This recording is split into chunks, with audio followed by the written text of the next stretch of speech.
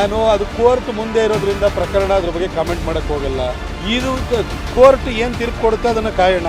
ಆದರೆ ವಾಲ್ಮೀಕಿ ಅಭಿವೃದ್ಧಿ ನಿಗಮದಲ್ಲಿ ಮಾಡಿರುವಂತಹ ಭ್ರಷ್ಟಾಚಾರ ಏನಿದೆ ಅದಕ್ಕೆ ಎಲ್ಲ ದಾಖಲೆಗಳು ಇದ್ದಾವೆ. ಬಳ್ಳಾರಿ ಚುನಾವಣೆಗೆ 20 ಕೋಟಿ ರೂಪಾಯಿ ಹೆಂಡ ಖರೀದಿ ಮಾಡಿರೋದ್ರ ಬಗ್ಗೆ ಇಡಿ ಚಾರ್ಜ್ ಶೀಟ್ ಹಾಕಿದೆ. ಮನಿದು ಫುಟ್ ಪ್ರಿಂಟ್ಸು, ಹಣ ಎಲ್ಲೆಲ್ಲಿ ಹೋಗಿದೆ ಅನ್ನೋದ್ರ ಬಗ್ಗೆ ಹೆಜ್ಜೆ ಗುರುತು ಇದೆ, ದಾಖಲೆಗಳು ಸಿಕ್ಕಿದ್ದಾವೆ.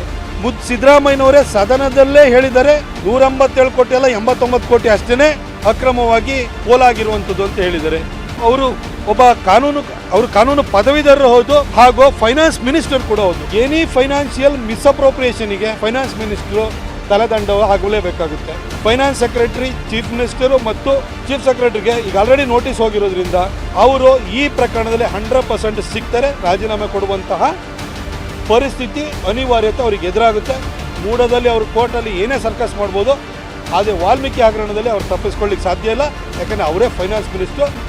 ಅವರು ಈಗ ಆಲ್ರೆಡಿ ಅವರೇ ಒಪ್ಕೊಂಡ್ಬಿಟ್ಟಿದ್ದಾರೆ, ಸದನದಲ್ಲೇ ಒಪ್ಕೊಂಡಿರೋದ್ರಿಂದ ಅವರು ನೈತಿಕ ಹೊಣೆ ಹೊತ್ತು ರಾಜೀನಾಮೆ ಕೊಡುವಂತಹ ಪರಿಸ್ಥಿತಿ ಆದಷ್ಟು ಬೇಗ ನಿರ್ಮಾಣ ಆಗಿದೆ. ಅವರು ನನಗಿಂತ ಭಾಳ ಅನುಭವಿ, ದೊಡ್ಡ ರಾಜಕಾರಣಿ.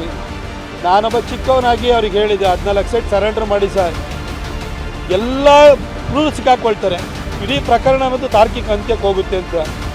ಆಗ ಕೊಟ್ಟಂಥ ಒಂದು ಕಾಳಜಿಯುಕ್ತ ಸಲಹೆಯನ್ನೇ ಕೇಳಿಲ್ಲ. ಈ ಸಲಹೆ ಕೇಳಿದ್ರೆ ಅವ್ರು ಕೇಳ್ತಾರ, ನನ್ನ ಮಾತನ್ನು ಒಪ್ತಾರ?